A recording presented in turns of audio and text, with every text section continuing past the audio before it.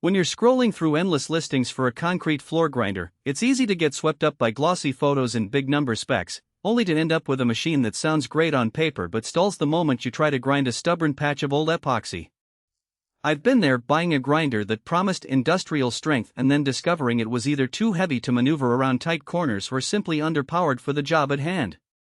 That's why I'm doing this deep dive, so you can skip the guesswork and walk away with a tool that actually fits the work you need to do.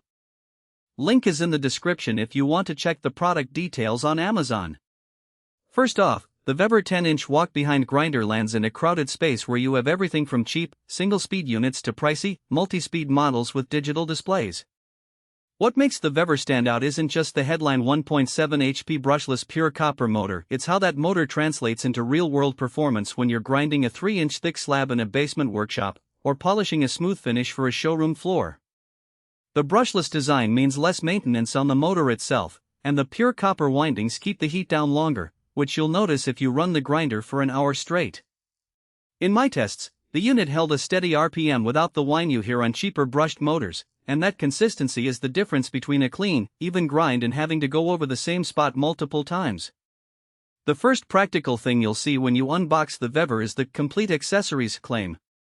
The package really does include a set of replaceable diamond blades, a dust shroud, a vacuum hose attachment, and a small collection of safety gear like a dust mask and earplugs. For a first-time buyer, that eliminates the annoying extra trips to the hardware store just to find a compatible blade or a proper dust extraction system. The dust shroud, when hooked up to a shop vac, does a decent job of keeping the fine silica particles from turning your workshop into a hazy nightmare. I tried it on a concrete slab that still had a bit of residual paint, and the shroud captured about 80% of the dust, leaving the area far cleaner than a bare metal grinder would. One of the biggest headaches with walk-behind grinders is navigating tight corners and irregular room shapes. VEVOR advertises suitable for corners, and that's not just marketing fluff. The machine's base is low enough that you can angle it within a foot of a wall, and the 10-inch disc can actually reach into the space without the whole unit having to be lifted and repositioned. In a small kitchen remodel where I needed to level the floor before laying tile, the grinder's compact footprint let me get right up to the baseboards and work out the edges without gouging the surrounding concrete.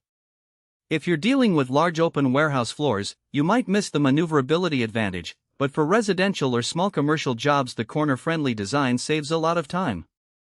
Height adjustability is another feature that shows up in real-world use. The grinder lets you raise or lower the disc by a few millimeters, which sounds subtle but matters when you're transitioning between a thin overlay and the underlying slab. I set the height low for the initial rough grinding to remove the bulk of the old coating, then raised it slightly for the finishing pass to avoid creating low spots.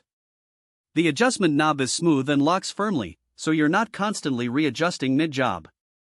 That kind of control is something you usually only find on higher-priced models, so it's a genuine value add here. Now, let's talk about the drawbacks. The unit weighs about 130 pounds, which isn't surprising for a walk-behind grinder, but it does mean you'll need at least 2 people to move it from a storage area to the job site. The wheels are sturdy, yet on very uneven terrain, say, an old concrete slab with a lot of potholes, the ride can feel a bit jarring, and you might have to slow down considerably to keep the disc engaged evenly. Also, while the brushless motor reduces maintenance, the cooling fins can collect concrete dust over long sessions, so a quick wipe down after each day's work is advisable to keep the motor temperature stable. Who should consider buying this grinder?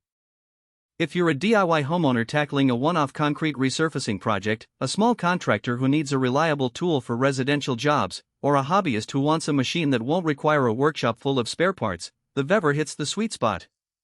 The included blades cover both aggressive grinding and finer polishing, so you don't have to buy separate kits.